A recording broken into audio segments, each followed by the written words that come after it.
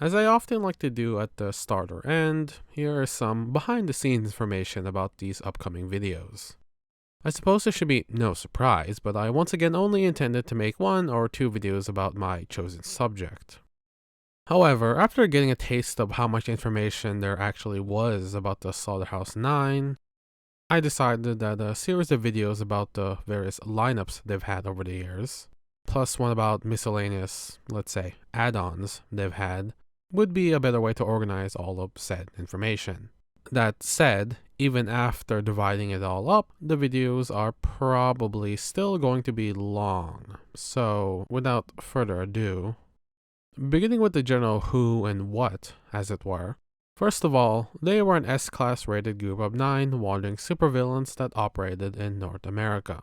Second, despite the name, for a variety of reasons, typically death, there were not always 9 members within said group, and neither were they always the same exact 9 members. Though, while the number of quote-unquote actual members was, well, 9, later in its existence they did have some, let's call them secondary powered members, who I will elaborate on in a later video, or 2. Finally, their driving motivation was, plainly put, to cause chaos and havoc wherever they went. Now, I want to quickly state that the following described recruitment process likely came into fruition after Jack Slash took over. Since, from my understanding, King, the original leader, recruited with a strong reliance on his striker power. More on that later.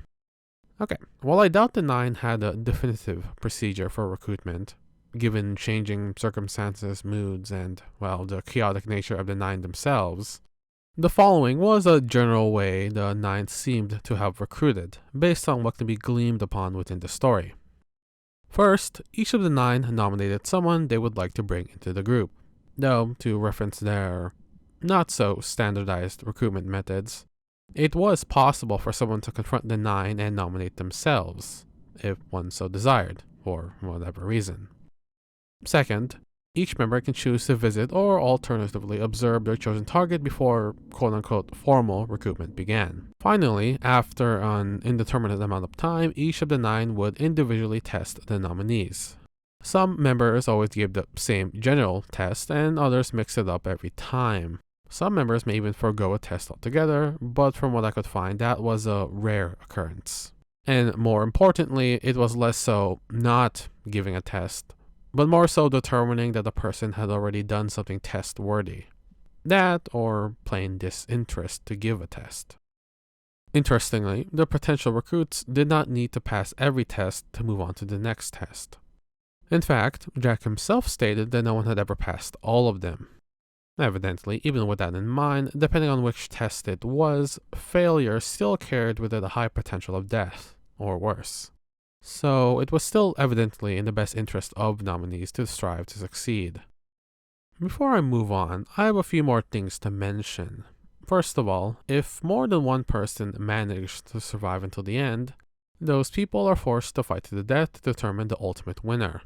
Second, it seems as though when the 9 were more in a rush and or desperate for members, they may have been a bit laxer when it came to recruitment. Perhaps they gave abridged versions of their tests, or perhaps they saved their tests for later. Regardless of which potentially happened, they did seem to recruit people quicker.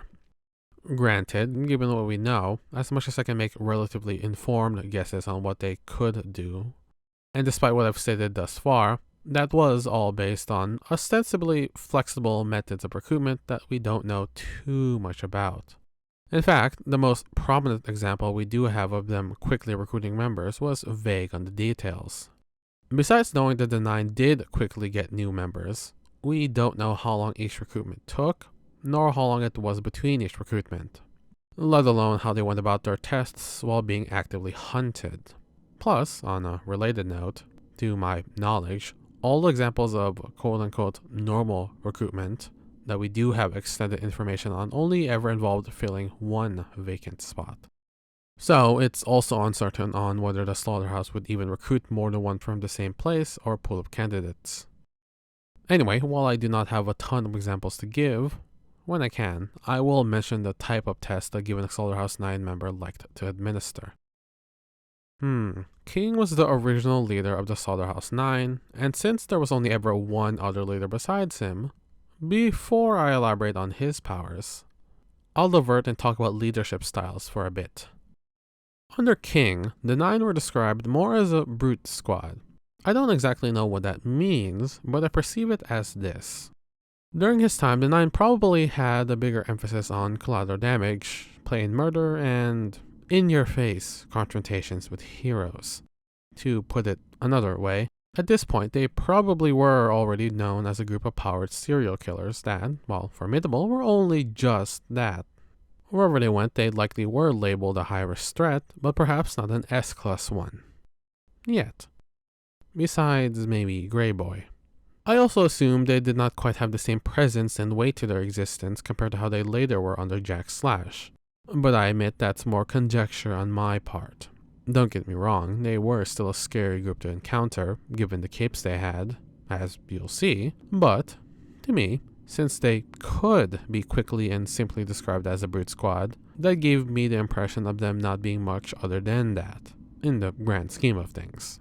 They were King's Slaughterhouse, something distinctly different enough from Jack's Slaughterhouse. On that note, under Jack, they were still conceptually the same group, but perhaps more, comparatively, psychotic and deranged. They more or less probably did do much of the same activities.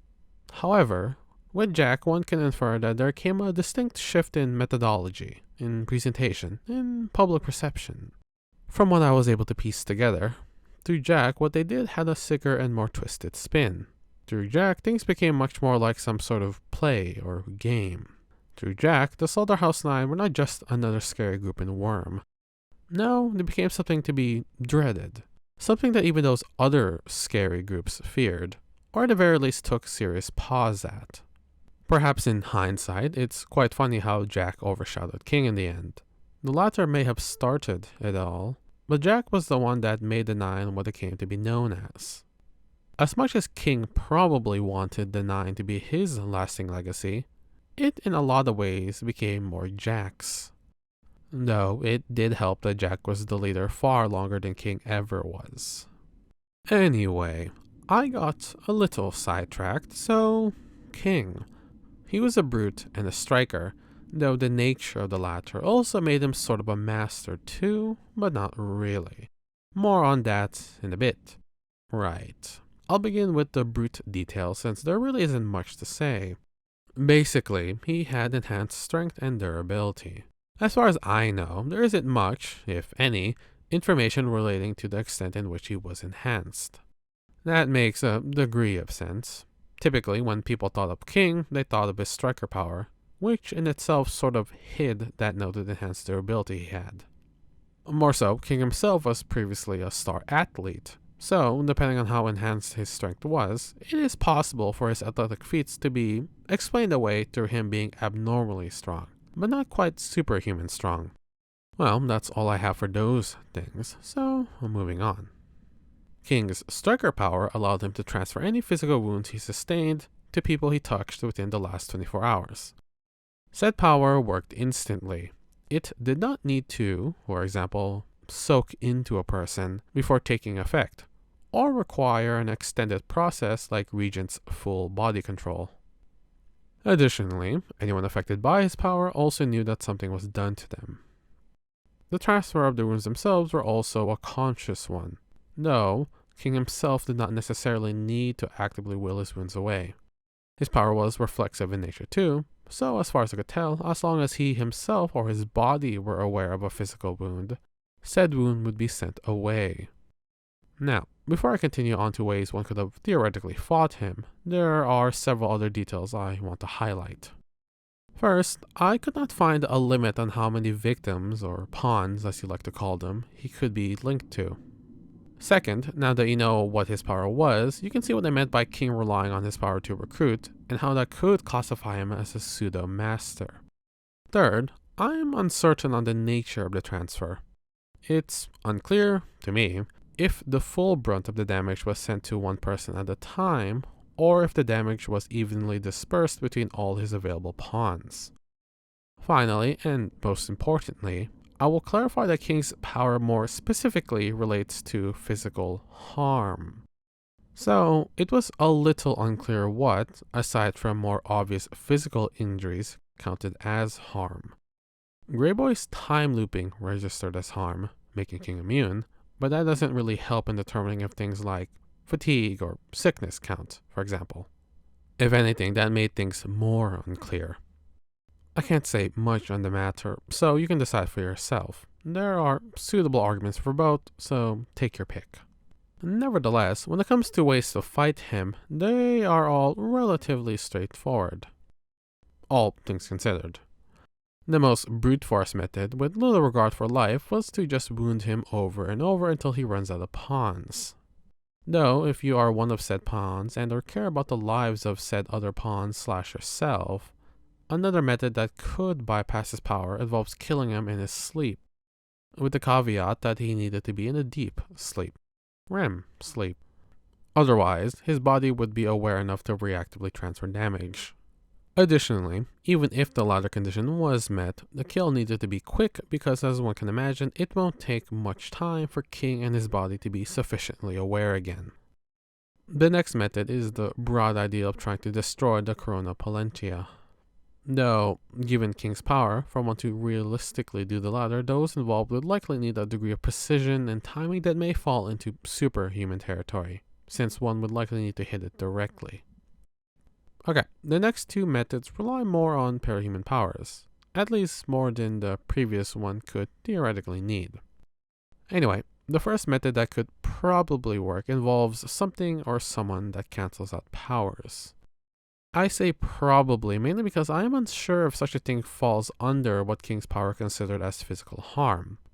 After all, remember that Skitter's power had a wide range on what it considered a bug. Plus, in a more meta way, I can see a shard, especially King's, interpreting something like power cancelling or suppression as a form of quote-unquote physical harm. But I can also see it not considering them that. Nevertheless, while I did not find evidence of this way not working, I also didn't find anything about this way working either, as far as I know, so take all that as you will. Regardless, the other method involves powers that, how do I say this, manipulate the fabric of reality and or dimensions, I suppose. Foil's power worked, and I think Scrub's would too, given the nature of it. I would also say maybe clock blockers, but that one I am more unsure about, for a variety of reasons, but in this moment, the most prominent reason is that I simply don't recall enough about the mechanics of Clock's power. This last method technically doesn't need a parahuman. Said method is to use containment foam. It's been shown that the latter does immobilize him. More broadly, using the same general principle of containment foam, it may also be possible to trap him with more normal materials and or methods. One that comes to mind is using immense weight. While that won't harm him, it may trap him. However, as I stated earlier, we don't know how enhanced his strength was, so I can't really make definitive guesses on what materials could be used or how much weight it would take to pin him down. Plus, if it's too much weight, the pawns could be harmed. Additionally, containment foam itself was designed to, quote, contain all but the strongest and fastest villains. So it could also be fair to state that using it as a frame of reference when coming up with more normal ways to trap King may not be the best. Before I move on to the next member, I'll state that King's setup counters may be more difficult to enact compared to other members. Not because they were necessarily the most difficult to do, but because King, and more generally the leader of the Slaughterhouse 9, is often likely to be with other members of the 9. So you may not be dealing with just King, or Jack. Though I guess I can say that for all the 9, since acting in at least pairs did seem to be a not too uncommon thing, depending on the at the time current members. Well, all that took longer than I thought it would, but on to Screamer. They were a shaker and a stranger. The power they had was the ability to produce sounds. Producible sounds can be as loud as a scream, evidently, but also as quiet as a whisper, and everything in between. Said sounds could also be projected in around a mile radius, or I guess around 1.5 kilometers. In terms of what those sounds felt like, they were described as if the sounds were right next to the recipient. Note that Screamer could also transmit sounds in a way that felt like said sounds were in your head. Though I will mention that the latter may just be another way to describe a sound being right next to you. After all, how close is something right next to you when you think about it? And how close does something need to be for a voice or sound to feel like it was in your head? Right, with the quick stuff out of the way, let's move on. First, besides their more overt and well-known method of deafening people through screams, Screamer was more than capable of enacting tactics subtler in nature, such as engaging in psychological warfare, in which she exerted mental pressure onto enemies through auditory distractions, among other things. I will mention that I do not know the full range of sounds she could create. However, from a purely personal perspective, I assume her capabilities were at least akin to the birds that mimic sound. I say that because ostensibly screamers seemed able to modify their bass voice in a similar way, to the extent that they could emulate the voices of others rather convincingly, which, as one can imagine, allowed them an additional avenue to disorient people. Granted, besides the presumably base requirement of actually knowing what their chosen person sounded like, if Screamer had any chance of sowing real discord and confusion, they also seemed to have needed a degree of understanding, or at least general knowledge of, and how the person they were mimicking emotionally responded to things, to pull off a convincing performance. Additionally, while I am uncertain about this validity, it also seemed like knowledge on how a target emotionally responded to things sped up the time it took Screamer to mimic their voice convincingly. Now, even with a convincing act, there were still several ways the mimicked person themselves could signal that they were being impersonated. So, how does Screamer get around those issues? Besides the obvious, like killing or disabling someone. Well, some answers to that lead to the next section. However, before I get around to that, I'll clarify that Screamer's power did extend beyond producing sounds. As you may have already figured out, it is more accurate to describe their ability as sound manipulation. With that in mind, Screamer could cut off verbal signaling by putting people on mute. They basically dampened someone to the point that even shouting was quiet as barely a whisper. Further, they could even make things sound like they were being filtered to something, such as making a voice sound like it was coming out of a radio. Now, to be quick, a sensible assumption one could make to counter Screamer is to block out the sounds in some way. Unfortunately, the issue with that was how Screamer did not strictly need air vibrations to transmit sounds. It has been noted that, if need be, Screamer could use the vibrations of someone's bones to generate words, which, to refer back to something I said earlier, makes it not too difficult a notion on how one may think that a sound was coming from inside their head. Granted, bones were probably not used for the latter cases, since Screamer seemed to only use other mediums as or if needed. They were not her go-to, as it were. I suppose it goes without saying, but Screamer can fulfill a more support-oriented role. The thought may have already been ruminating in your head, but yes, Screamer can and did use their ability for the purpose of communication. Sure, a mile or kilometer and a half isn't that big of a range, but having a method to convey information that was unconventional was still nevertheless useful. Plus, to add on to that, Screamer did not even need to worry too much about being overheard because they could whisper the information they were conveying, then, if need be, have said information be heard at normal volume on the other side. I'll also add that Screamer did seem able to initiate two-way communication. However, I will state that this may not have been the norm due to circumstances that I won't get into. Here, at least. But suffice to say, they may have had help from others of a similar power set. Conversely, I also may have misinterpreted exactly what was happening in the scene I'm referring to. Said scene is in Sting 26.6, in case you were curious. Right, this will probably be redundant, but to quickly summarize how precise Screamer can be with their power, based on what I've said and on various scenes, Screamer could project their voice in a wide area for all to hear. But alternatively, they were also more than capable of manipulating sounds in a more specific area, localizing the effects to the point where they could target specific individuals. Before I move on, I'll make note of it here that information relating to members logged dead by the time of the main star may not be fully accurate.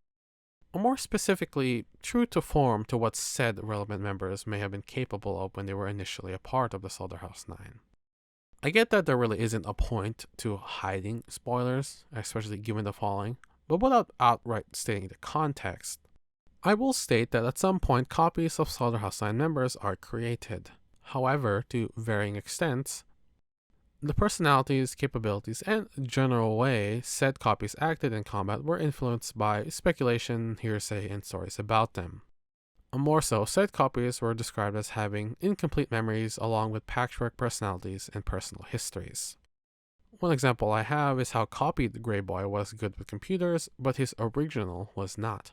But to focus on power capabilities, I think it is pertinent to mention that the copied Slaughterhouse 9 members may have been weaker and or flanderized compared to their original selves.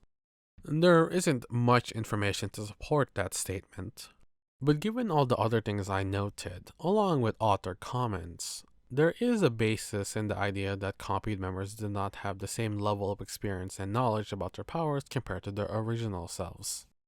Similarly, how they fought and or generally fought may also be to varying extents contrary to their original selves. So, from now on, whenever you see the color highlight on Schemer's name on other members, realize that their information was mostly based on the copy and that they may have been more formidable originally, and or may not be an accurate representation of them as they lived. After all, there may have been details about their powers and selves that said members took to their graves. For example, Harbinger's section would probably be quite different if we did not have an interlude from their perspective. Considering the next best sources we would otherwise have about their powers are descriptions on how Harbinger's younger copies fought, anything the older Harbinger chose to share, whatever speculation the PRT had on Harbinger, and whatever the author chose to reveal outside the story. Think about it. I said a lot about Schemer and King, but note that I couldn't comment too much or at all about how their powers felt to them. Right, with that important bit of information done, let's move on to Harbinger. He was a thinker, and as far as the PRT could tell, his power was a hyper-awareness of space and of his own body movements. Now, that wasn't his quote-unquote actual power. His true ability allowed him to see the numbers, the math that governed the world, with said math appearing in the air in front of him. However, I will say, given the information the PRT was able to realistically acquire at the time, their guess was not a bad one since, as you will see, the nature of Harbinger's power did give him, in a manner of speaking, an increased awareness of the space around him and of his body's movements in said space. Though, perhaps not in the way the PRT may have assumed. Anyway, since Harbinger's power isn't quite as showy, as it were, as other powers, I'll give a bit of warning here and state that things may be a bit listy in this upcoming section. As in, since Harbinger's power is predominantly mental in nature, and more so widely applicable to a large variety of situations, I will, perhaps more than any other parahumans I've done before, be spending quite a large slice of time simply going through said applications. Though, evidently, there will be more than a little time dedicated to how he fought. However, that will be for later. At the current moment, I'll begin by elaborating further on how Harbinger himself experienced his power. I think a pertinent initial thing to note is that, as far as I could tell, his power was not always on, or at the very least not always present, or as present. From what I was able to discern, to manifest the numbers, he needed to pause and concentrate. Then from there, he seemed able to set how visible said numbers were. Now, since his power had such a wide range of applications, one can imagine that the math he ended up seeing varied greatly from situation to situation. As a bit goofy as it is, I suppose the various images and videos depicting someone surrounded by various math equations are decent enough ways one could visualize Harbinger's power.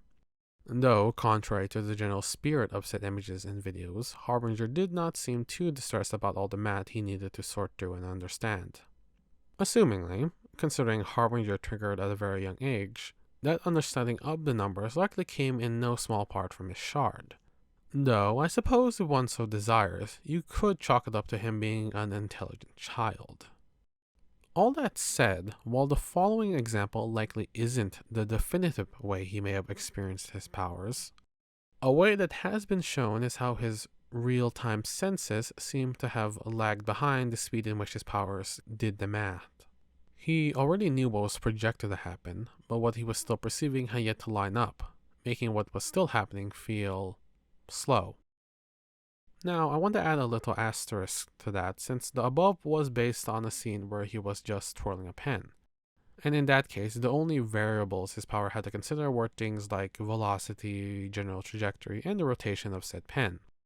As one can imagine, with increased variables and complexity of situations, that quote-unquote slow motion effect may not be as prevalent. In fact, to give a point of comparison, in a more high-speed combat scenario, we were told how the mat he saw sang in his ears, how it ran along his skin. Further still, he also described it as if he was tasting the mathematical notations, as if he was swimming in a, quote, clear, precise, organized outline of the world around him. Right, with that done, let's get into the list of applications. I'll begin and state that besides the more combat-oriented things I'll mention later, that the following power uses are more applicable to a later identity of Harbinger that I won't name. However, they are nevertheless things that Harbinger could have done, and as such I'm including them here. Anyway, let's start with what is perhaps the biggest thing Harbinger did, or well, his later identity did. Said thing being his manipulation of the global economy. Now, I understand that sounds a bit ridiculous, but bear with me. To make a long story shorter, between Worm's global economy being smaller than ours, for a variety of reasons, Harbinger's literal ability to see the mathematical flow of things, and the resources of the shadow organization he became a part of after the Slaughterhouse 9, it is no wonder he was more than able to influence world economies. That said, while still on the topic of economics and whatnot, another more blatant way he used his ability was by being the supervillain banker. I can't really say much, but if someone wanted to efficiently and safely store, transfer, etc. their less than legal money somewhere, Harbinger was the person to go to. Well, he wasn't Harbinger at that point, but you get the idea. Now, moving away from all that, let's quickly go through the other things he could do. 1. Given enough relevant information, Harbinger could formulate an accurate casualty count for a given situation. 2. He seemed able to calculate how valuable a place or person was. I don't know what value was applied, but I suppose he likely calculated the economic or infrastructural value. But there is something to be said about his power potentially calculating something more abstract, such as cultural value and the like. 3. His ability to see the math in real time also made him a good architect and demolitionist. On one hand, he could design something extremely structurally sound, and on the other, he could see the faults of a structure and engage in precise, controlled demolition. Finally, his power also made him very perceptive, and as such, he was effective at fighting even without sight. On that note, let's shift back to more physical applications. Mostly things that relate to combat, with some more generally applicable things. A prudent first thing to mention is that while Harbinger is effective at range and at melee distance, he is better at the former. And that said, I will begin with the latter. I think the most important thing to mention is that with his lack of enhanced strength, whenever he needed to incapacitate but not kill someone, he relied more on holds that disallowed his opponents from using their full physical power. Notable examples of this were when he put Lung and one of Bitch's dogs in immobilizing holds. Granted, they were not as strong as they could have been, but still. Obviously, there are numerous situations where these holds would be less effective or altogether ineffective, but Harbinger is smart enough to know when to use them. Now, if Harbinger had an understanding of his opponent and or their power, he could execute precise dodges, to the point that a given hit could and would miss him by the smallest of margins. In fact, even when against foil, someone with a similar ability that allowed precise shots, he was still just the same able to dodge. I should have mentioned this earlier, but while putting someone in a hold is one way he incapacitated people, an alternative is targeting pressure points and or breaking bones. Okay, Harbinger is better at range because it gave him more angles of attack, more access to subtle ways to do things, and let him better see the bigger picture. The latter was particularly notable since it allowed him to gather more information, which gave him a better read on things, which made him better at anticipating attacks, and the ability to add some finesse in his ways of attack, such as ricocheting bullets and projectiles, or doing long-range disarms and disables. I could go on and on about the ways he fought, and I could find more examples, but given all the stuff I've already said, you get the idea. That said, there are a few more things to note. First, his power helped facilitate exceptional agility. For example, it made it possible for him to quickly identify foot and handholds when climbing, to the point that he could climb a building at a speed that made it look like he was almost floating up it. Second, the way he moves was also highly efficient, allowing him to have much more endurance than the average person. More so, with him able to see the mat, said movements could also be better than normal. Jumps a little higher, airtime a little longer. Finally, with help from his power, he could potentially fall from greater heights and potentially give and take more damage than your average person. Right, next. Breed was a master. He had the ability to create 9 to 10 small life forms per day that would grow and become more dangerous over time and as they consumed human flesh. Said life forms emerged from Breed's orifices and went through 3 stages of growth. Note that the latter were not explicitly labeled, but 3 stages of growth can be broadly identified. For the sake of simplicity, I will just label them stages 1, 2, and 3. How creative of me. Now, before I elaborate on said stages, I will preface and state that we know the most about stage 1 and essentially barely anything for 2 and 3. So, with that in mind, stage 1. When the life forms emerged from Breed, they are about the size of a lemon and were described as trilobite and millipede-like. There will be more on their appearance a little later, but let's focus on their initial growth cycle first. Right, after emerging, they will try to find a target to feed on, living or not. But if no target is found, they will hide and lurk somewhere until a suitable one is found. Note that they are opportunistic creatures, so they will go for corpses before attacking humans. Second, once a target is found, they will try to burrow into an orifice or injury and hide for around 1 to 2 hours. While in hiding, they will emit pheromones to attract other life forms. Additionally, if they are within a living target, they will paralyze them. Third, once they get comfortable, I suppose, they will devour their target from the inside out. Fourth, while they are digesting their food, they'll molt 1 or 2 times. Finally, after they are done doing the latter, they will look for another target.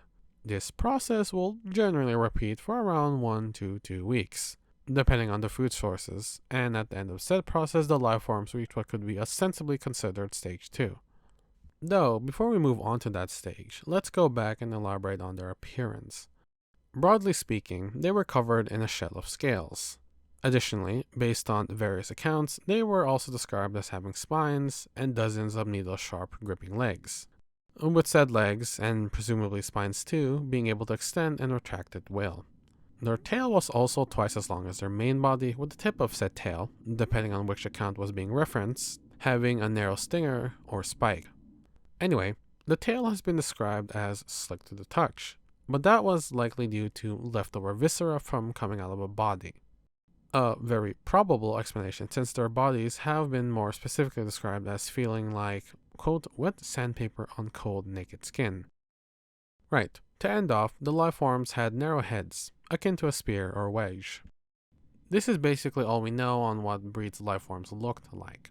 So besides maybe some relatively minor changes, it can be assumed that through all stages their appearance stayed mostly the same. Additionally, the hissing sound they made while moving and their resistance to conventional ammunition and physical blows likely carried over too. That said, with effort, stabbing weapons did seem usable. Bugs too, if the option was available, but both likely less so in later stages. I'll add that I don't know what's considered conventional ammo, but if what I searched up was any indication, the fact that knives and bugs worked at all is a bit questionable. More so the knives, since fair enough, bugs aren't normal weaponry. Granted, this assumes I didn't misconstrue something, but who knows, maybe it is an actual inconsistency. Nevertheless, it is what it is, I guess. Alright, Ostensibly, the main distinction between Stage 1 and 2 was that in Stage 2, Breed's life forms reached the size of around a full-grown human, which, when you think about it, is a pretty broad way to describe the size of something, but I suppose most people can assume what a full-grown human means. From there, they seemed to continue to eat and grow, going through 2 to 3 more major molts until they reached their final molt, leading to their final growth stage.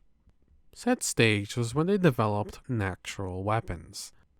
While there were likely several types of natural weapons they could manifest, the one described to us was pellet spit that kind of acts like a shotgun blast, with fragments that dissolve into flesh-melting acid. With a description like that, one could only imagine the potential other natural weapons there could have been. Fortunately, as much as Breed's lifeforms were a pain to kill, Breed himself was actually pretty easy to kill. In fact, the way the original Breed died, or was presumed to have died, was due to a rocket. So, before ending off Breed's section, there is one last thing I want to talk about. That being, why Skidder could not control or sense Breed's lifeforms. The explanation itself is straightforward, but it does give just a bit more insight on the mechanics of how powers are potentially formed. That said, Skidder could not control the lifeforms because by the time Skidder got their powers, they were no longer something to consider. That means a few things, depending on how you look at it. One way is that the creatures were not included in Skidder's broad idea of a bug because she didn't know of them, or that she knew Breed was dead. Thus, during power formation, her shard took that into consideration and excluded the, at the time irrelevant, lifeforms. That said, the more accurate way to describe that is that during power formation, her shard accessed the wider shard network, where the collective knowledge of all the other shards were kept. As one could guess, it is from there that it truly formed the basic parameters of Skidder's power. It saw the things humans broadly thought to be as bugs, and at the same time verified, at the time, that Breed's lifeforms were something that need not be included. All that said, another explanation is the idea of Breed's creatures not being truly living creatures. As in, they're more like biological robots emulating animals. As funny as it sounds, think of them as man-eating Roombas, I guess. I suppose without the knowledge of shards, that's a good reason if any. To tangent a bit more on that shard network, the way it helped form Skidders put a few other things into perspective. It might help contextualize how pre/post-cognition powers worked. The ad hoc idea I have is that in their own ways, they are just pulling and conveying information from the same pool of knowledge, taken from various hosts and whatnot.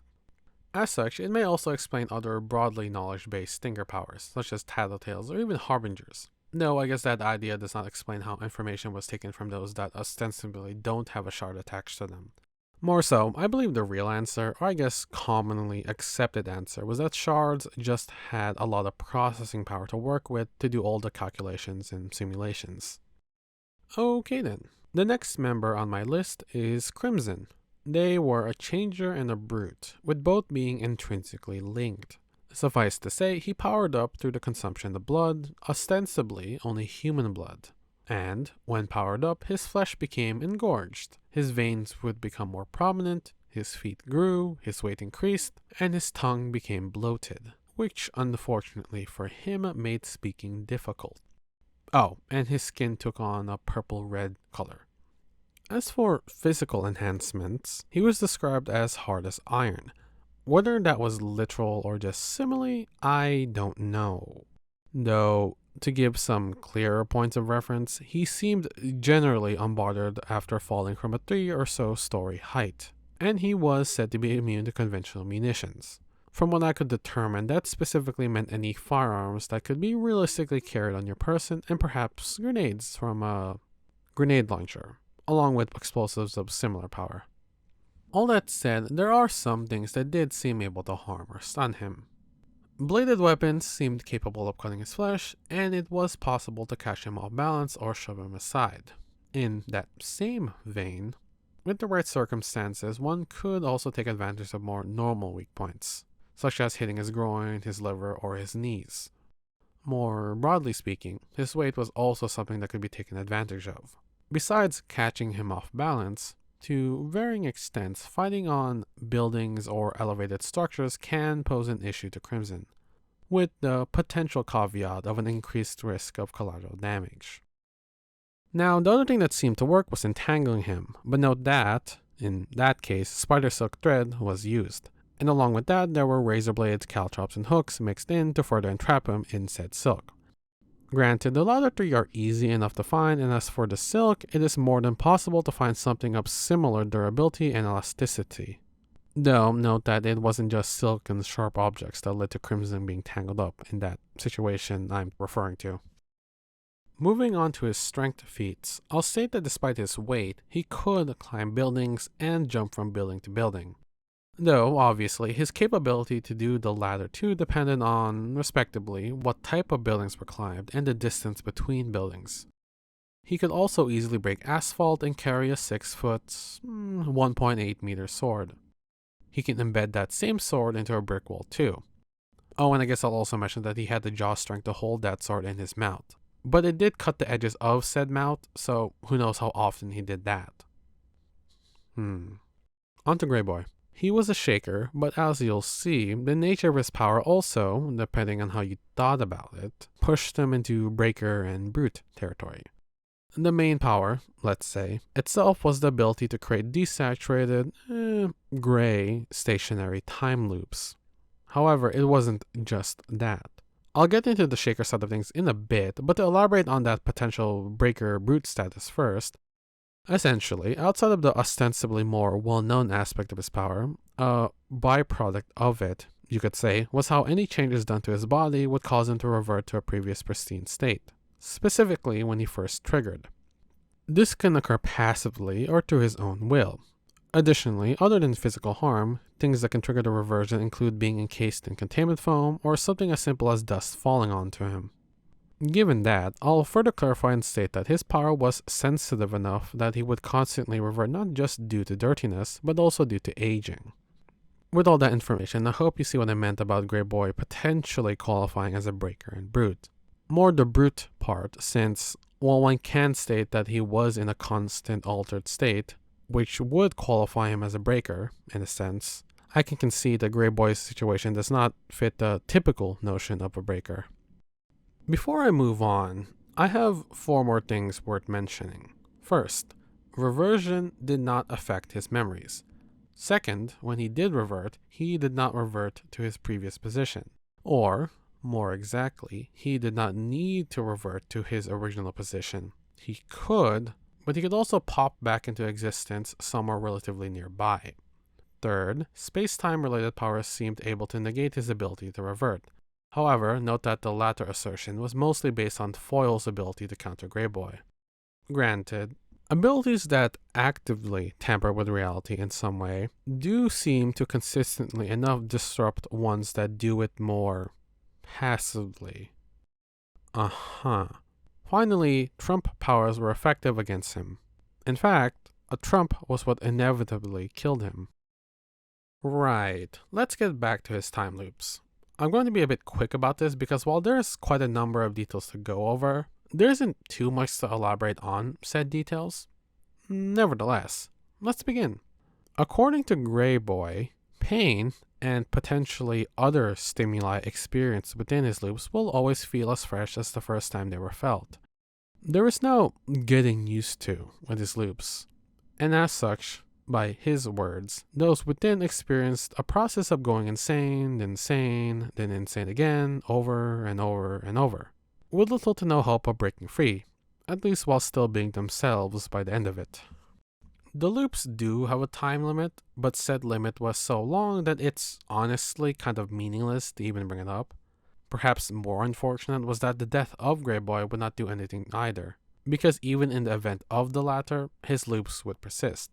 More so, while I do admit this next detail is iffy, it seemed like while Grey Boy could diminish how much space was looped, he did not seem able to stop people, and I suppose more broadly speaking, living things from looping.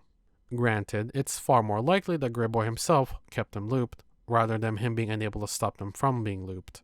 Then again, the basis for all of this is, like I said, a little shaky, so I'll leave you to decide on its validity. Personally, I think there is something a little more tragic about the idea of him just not being able to free people from his power. Like, even if Grey Boy felt like being charitable for some reason, he couldn't pull people out of his loops anyway, so.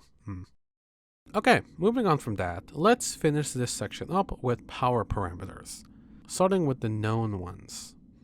1. The max size of Grey Boy's loop zones are around 5 feet across and 8 feet high, or around 1.5 meters across and 2.4 meters high. Though he could adjust them, making one dimension smaller to make another bigger. One such example was when he made a thinner wall so he could make it higher, specifically 10 feet/3 meters high. 2. Grey Boy could generate his fields at the speed of thought.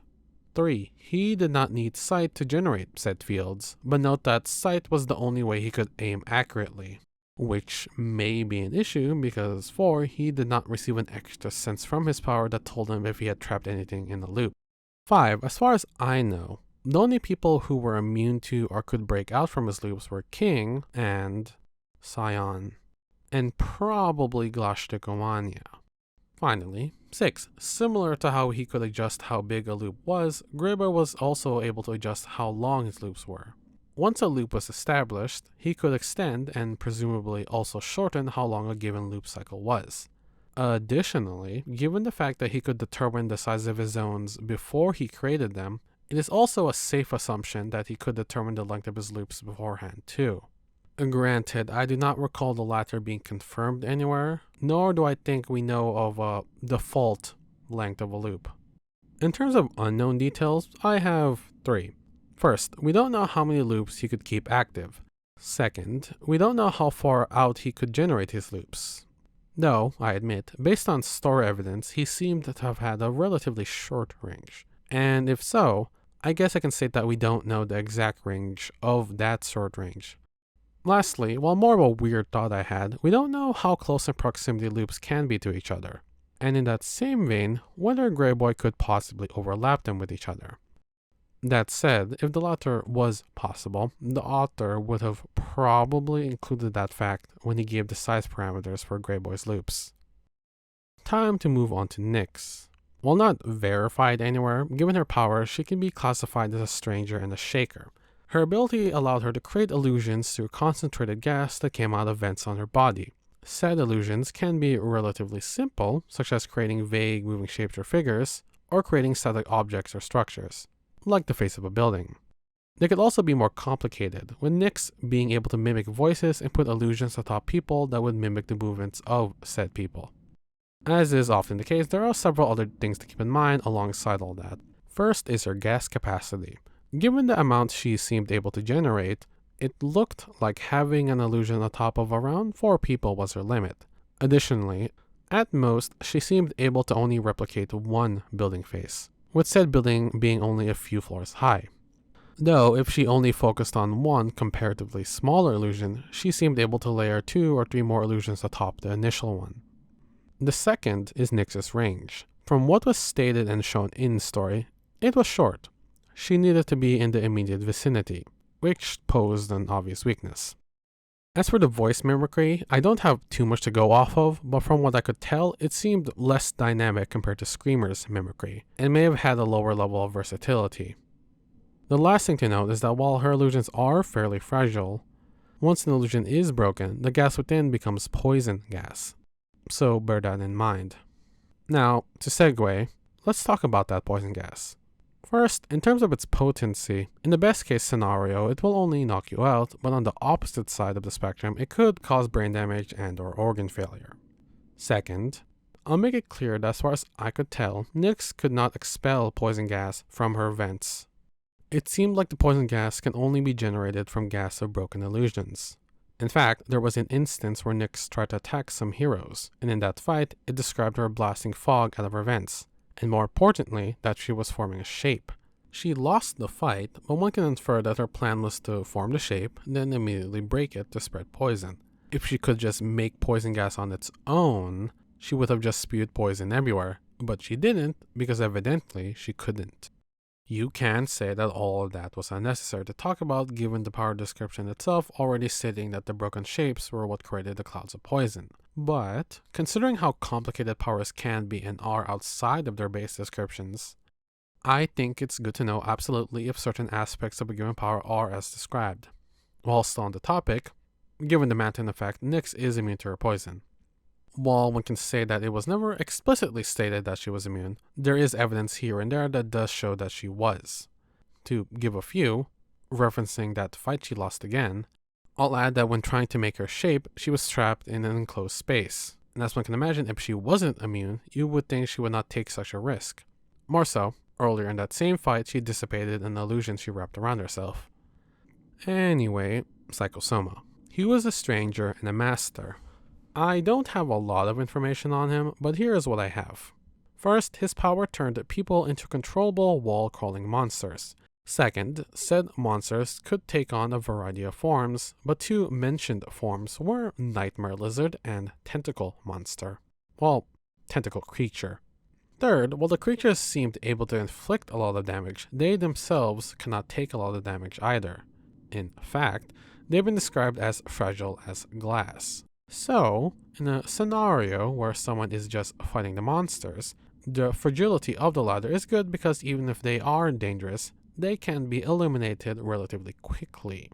However, the fourth bit of information I can give makes that fragility somewhat of an issue.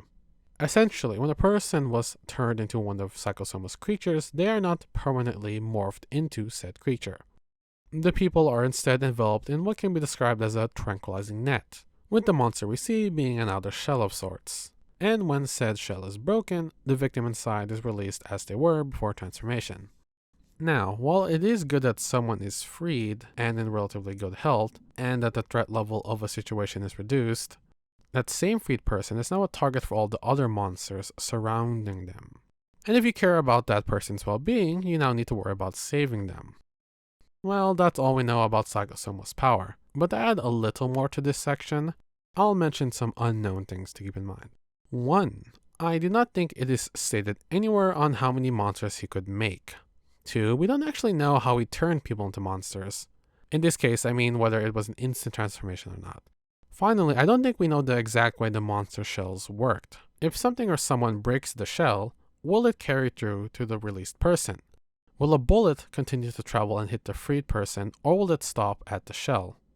I'm probably overthinking again, but on that note, let's get on to the last member of this video. The second and final leader of the Slaughterhouse 9, Jack Slash. He was a blaster, shaker, and thinker. As a bit of trivia, the nature of his blaster shaker classification also categorized him into another, albeit defunct, classification, nuker. Said classification described shakers who could potentially inflict blaster-like offensive force, or blasters with a shaker-like range and ability to cause damage. Jack was the latter, and that's where we will start. His power warped space to significantly extend the edged weapons held in his hands, with said extension having no known limit. Note that he tended to favor knives, as he found them to be easier and faster to handle compared to the other things he could have used. Also note that his weapons were swung with the optimal force behind them. Whether that was due to Jack's skill, or an inherent part of his power, or perhaps a mix of both, I don't know. Whatever the case may be, a relevant detail to that was that he needed to have the correct weapon to accomplish what he wanted. For example, whether he was close or far away, the most he could do with a small pocket knife was, let's say, cut open someone's cheek. Realistically, even if swung perfectly or optimally, it would not be easy to, say, chop a limb off. So, if you see where I'm going with this, if he wanted to chop limbs off, he would still need to use something along the lines of a cleaver or perhaps a sword. Basically, Jack can cheat blade length, but could not necessarily cheat what said blade was capable of normally. Granted, obviously, making something much longer than it is normally will change some of its functionality. Okay, 2 more additional tidbits of information. 1. Jack's power could synergize with other blade-based powers. However, spoiler I guess, the latter detail was solely based on him using his power in conjunction with hook wolves. So, one can argue that it wasn't broadly blade powers, and instead only hook wolves' power specifically that happened to work with Jack's. Though, to push back on what I just said, note that synergy was possible not just due to a potential affinity between powers, but more importantly due to Jack's extensive experience with his power along with his deep connection with his shard. Anyway, 2 is the specifics of Jack's power, as in, if there was some sort of extra modifier on the blade, it had to be intrinsically linked to the blade itself and not something applied to said blade. For example, since a nanothorn blade gets its disintegration effect from the cloud that goes around it, what would be extended would only be the blade itself, and not the disintegration cloud around it. Granted, depending on who you are, I guess you can be pedantic and state that the latter would depend on how extensive said warping effect was. But as far as I've found, blades only. Well, only the edged weapon itself. Now, his stinker power was interesting because most everyone, including Jack himself, were not even aware of its existence for the longest time. Largely because it was so subtle. Even if you knew about it, you'd probably still wonder if it was his power affecting you, or if it was just you psyching yourself out. Fortunately, I suppose, that's something only parahumans needed to actively worry about, or more broadly, shard bearers had to worry about, because said power only applied to the noted latter. Before I truly get started, I want to state that I found describing Jack's stinker power to be more complicated than initially expected, largely due to how peculiar the mechanics of it are. As such, to make it easier for me, and hopefully you, to understand, I've divided it up into 2 aspects. Well, 3. Right. Ostensibly, I see 2 main facets to Jack's stinker ability. The part that gave him a sixth sense of sorts when it came to parahumans, and the part that acted as a form of inhibition field on parahumans. With that mentioned 3rd aspect being the synthesis of the latter 2. Beginning with that sixth sense, when I reference that, I am broadly referring to the ways Jack was able to passively make use of his power, unbeknownst to him. His general ability to read and anticipate the reactions of parahumans, which gave him an edge that allowed him to win in most engagements involving capes. For cases he could not win, his power also gave him a sense on what situation involving parahumans to avoid, along with an unconscious way of feeling when the hostile parahuman was about to attack him. Though, perhaps most important to Jack's manipulative tendencies, he instinctively knew how parahumans themselves operated, how they were motivated, and what they were weak to. Granted, I will note that all this is a bit murky since it's difficult to discern when something was just Jack, or Jack plus some help from his shard, which is a sentiment that will persist in all aspects of his power. So keep that in mind going forward. Nevertheless, all that still culminates into an image of Jack somehow always being a step ahead. Moving on, calling it an inhibition field is perhaps not the best way to describe it, but it gets the point across well enough. Though, to form a better picture on what I'm referring to, that field can be more accurately described as Jack's shard influencing the shards of others to be, let's say, counterproductive to their hosts. To further explain, through the use of that shard network I mentioned earlier in Breed's section, Jack's shard broadcasted to and communicated with shards in said network to enact sabotage. Said sabotage can vary widely, but to list some, in the event that one confronts Jack, they may find their power becoming a little less responsive. It may come out slower. It may become a little less accurate than normal. It may become a bit weaker, take more effort to use, or perhaps one may suddenly find their power somehow backfiring on them. As you may be able to tell, all that can be attributed to Jack's stinker power, but at the same time, they can be equally attributed to the parahumans themselves screwing up due to the pressure and stress of the situation, and or due to them pushing their powers more than they normally would, because of the situation. Alrighty then. Shards to varying degrees influence their hosts. As such, them being influenced by another shard, Jack's, reflects back onto their hosts. To loop back to that inhibition field idea, Jack's shard's influence does not only help cause the earlier noted sabotage, it also indirectly influenced the mind. Nothing too drastic, but it did cause people to be more defensive and cautious around him, despite one's presumably original intention or inclination to attack Jack more actively. In practice, even if someone knew they needed to act first, or knew that they were capable of killing Jack, or knew that they had an optimal opportunity to more broadly engage Jack, Their shard that was being influenced by Jack's caused them to second guess themselves, caused them to hesitate, caused them to get a bad feeling, which caused them to, as you can guess, flub their attack, or altogether stop them from attacking. Similar to how the sabotage from earlier can be attributed to user error, these thoughts and feelings can be attributed to the fact that the Slaughterhouse 9 and Jack were just that formidable of opponents to take on. Without pre-knowledge of the Thinker power, it would likely be more sensible to most to think that they've lost their nerve, rather than some unknown power affecting them. For shard bearers with a stronger connection to their powers, those feelings may come even stronger, though they may also feel the absence of said influence more when away from Jack. More on that coming up. Well, to finally get down to it, this third aspect that I've arbitrarily categorized can be described as what Jack's Thinker power actually is when the two aspects I described worked together. The best way I can describe it is by using the Slaughterhouse 9 itself as an example.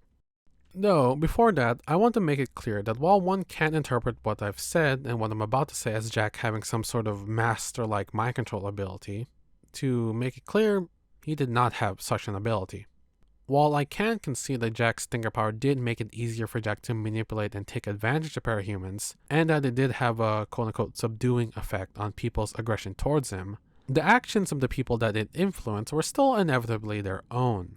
When it came down to it, Jack was just taking advantage of something that was already there. Anything that Jack may have convinced them to do was due to Jack's own manipulation abilities paired with his unconscious effective use of the information his power gave him. The power on its own was not enough to bring someone to heel.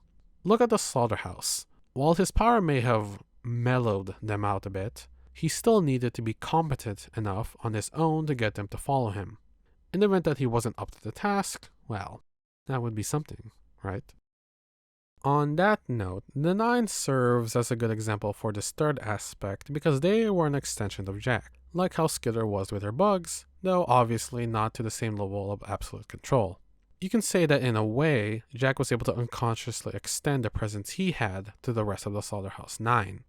His shard warned him of potential parahuman threats, while also broadcasting to the shards of the other 9 too, to the extent that they may react faster or even find themselves going to Jack should the latter be in trouble.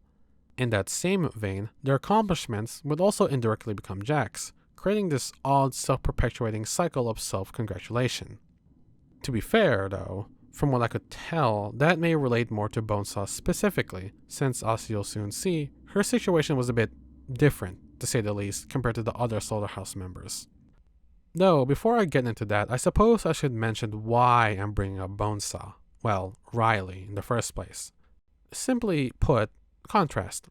If one considers the general sabotage and inhibiting effect he had on adversarial parahumans the low end of his influence, and the control he had on the Slaughterhouse as the mid to high end, I want Riley to represent the extreme high end, representing what Jack could potentially do to parahumans who, as I noted earlier, were more in tune with and dictated by their shards. Plus, it's also just something I wanted to mention here, since I'm highly likely not going to mention it whenever I talk about Bonesaw's capabilities in a later video, at least not to this extent. Anyway, I'll try to make this succinct. I'll start and state that Riley triggered at a young age, and that the trauma of her trigger event was so severe that to cope, she created a new outer persona. While there were some aspects of herself in that persona, most of her quote-unquote real self was subdued by her shard. Willingly subdued, in fact.